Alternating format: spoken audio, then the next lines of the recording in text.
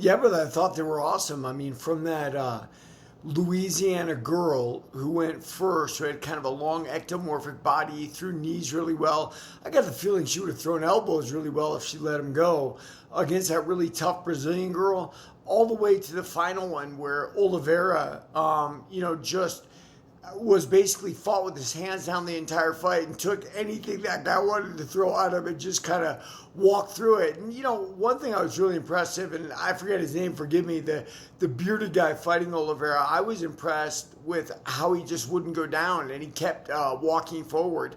Or not walking forward, he kept backing up and fighting even though he was completely outmatched. And I think a lot of people, including me, miss that in the martial arts experience, that it's not about when things are going good. Yeah, when things are going good and you're running over people, it's real easy to fight, right? It's when things are really bad that you're tested in your martial ability to do things. And I think that's part of the reason jiu-jitsu has been such a hard role for me. It's very rare a guy rolls through me striking. But even if they do, you reset and you go again, right? But in jiu-jitsu, I guess I haven't gotten comfortable to that point. There were a lot of finishes in the prelims, which I think made them very exciting. I watched pretty much all of them.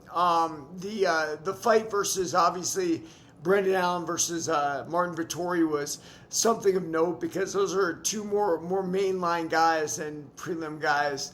And how did I feel about the fight in the end? In the end, look, Vettori's a guy who's used to taking a lot of punishment, right? But you can only take punishment like that for so long, and he's never really been a big hitter either, right? So ideally, if you take a lot of punishment, you're a big hitter. He reminds me kind of a Jake LaMotta character, right?